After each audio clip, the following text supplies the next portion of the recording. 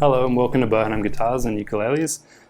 This is the second of my very special instruments this year in 2020, although they were completed in 2019. This is the President Carter 14 fret to the body 00. So why it's called the President Jimmy Carter guitar is because the wood from the back and sides were grown by him on his estate in Plains, Georgia. They were planted about 20 years ago, the trees, and they grew to maturity and were harvested, and they were bought by Tree, who deal in Paulownia.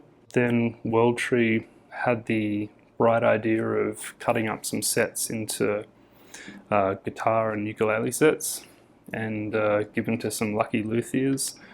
And this is the result, and I couldn't be more pleased.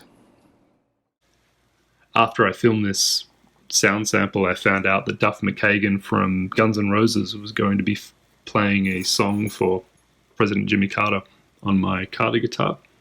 And to top it off, he was going to be backed up by Jerry Cantrell from Alice in Chains. So it was quite a double amazing thing to happen, as was Eddie Vedder playing my ukulele, which I didn't know when I filmed or recorded the video for that or posted it online. So that's a really amazing thing. And after all that, I found out that Kristian Bush from Sugarland was going to be playing, be the second person to play the Carter guitar, and he came up with a brand new song called The Last Tree in the Yard, which was amazing to hear. And thank you for that, Kristian. So let me just go through the materials for this guitar. The back and sides are, of course, Paulownia from President Jimmy Carter and by Tree. The top is Sitka spruce, and that was donated by Allied Lutherie, and big thanks to them for that. They were part of this project from the beginning, as were the other two who donated. The second donation was given by LMI, and that is the Rocklight fingerboard, Rocklight bindings, and the Rocklight headstock front and back. Rocklight is a sustainable ebony substitute, so Bob Taylor has talked a lot about the plight of ebony in the world, and Rocklight is another avenue for using, to getting that all black look. It's made from real wood and sort of glued together and dyed, and it is a good ebony substitute, and it was a perfect accompaniment to this project because of the sustainability aspect. So big thank you to LMI for all those particulars. The third and last donator was Stuart McDonald, who donated these beautiful Waverley tuners with ebony buttons. That's what I put on my guitars and ukes just as standard, and they are excellent. I really like the Waverley tuners. And so big thanks to Stuart McDonald, LMI, and Allied Lutherie, and also Tree. The bridge is ebony, as are the bridge pins. The saddle is bone, and the nut is bone. It's got herringbone purfling around the top and for a rosette, and maple for the purfling everywhere else. The burst was sprayed by me. I tend to like 1930s kind of bursts, and which 1930s bursts are more tight. The neck is mahogany, a sculpted heel. The neck also has a volute, or the headstock, and that's just to strengthen this area, which can break when a guitar falls over. So just don't knock over your guitar and it won't break. The body shape is similar in size to a classical. And to compare it with a dreadnought, here's my own dreadnought.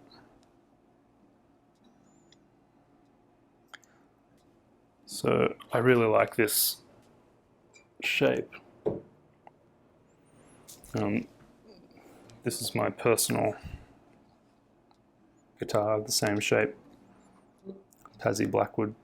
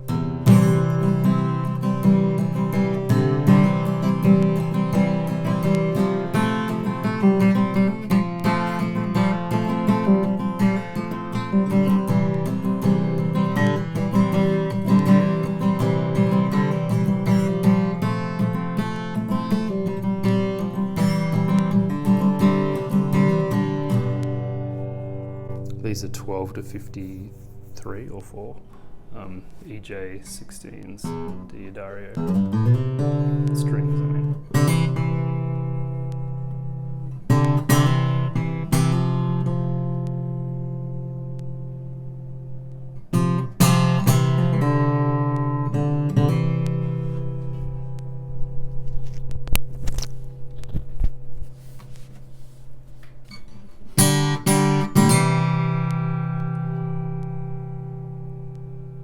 Sustain.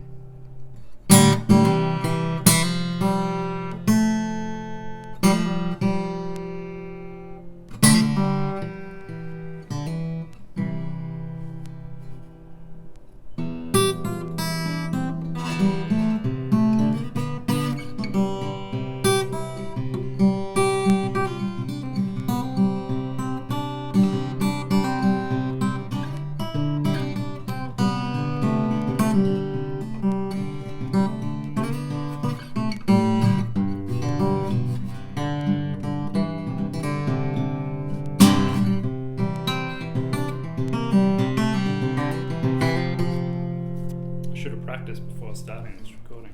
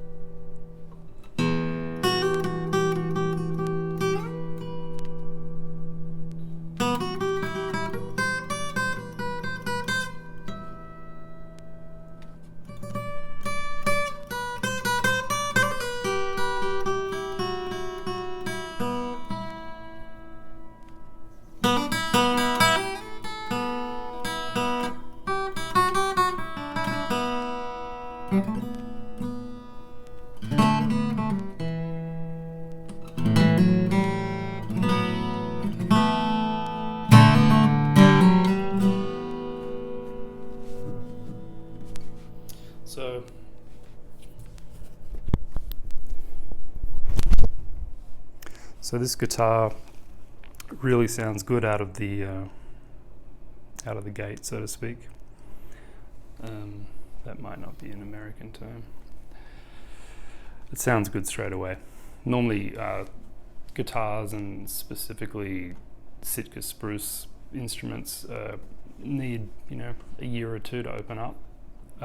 Just wood, and it's just new instruments. But this one does sound good straight away.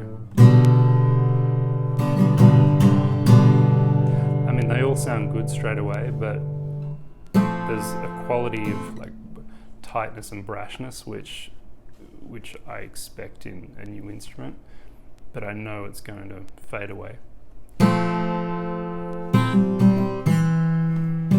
this doesn't have that.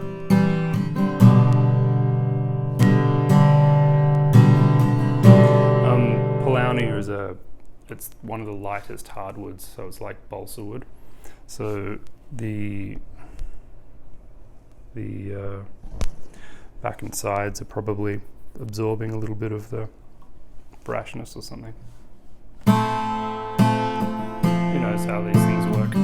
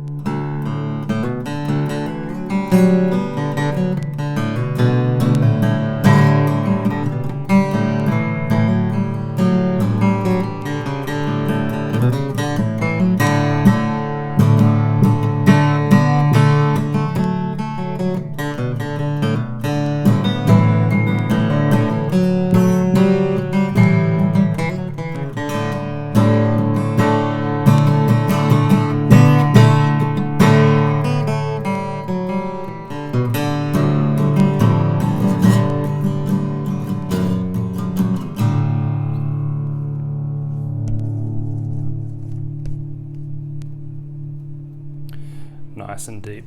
The fingerboard is up here. It's the typical 2 1/4 inch width, and down here it's I guess it's a modern typical 1 3/4, which is what you would expect to find in a triple O or a finger style sort of instrument. Some dreads. My personal dreadnought has the same width, but normally like a standard dreadnought would have 1 11/16, which is a bit thinner. But this is good. I prefer a thicker neck or a wider neck here. And by wider, I mean like 2 mil or under that.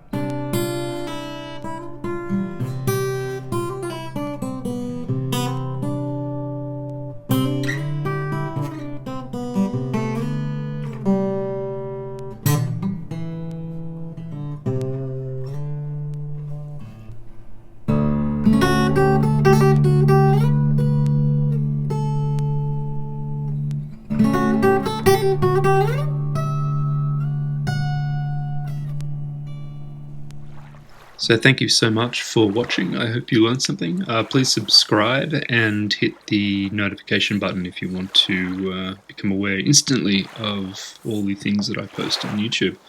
Thank you so much. Bye.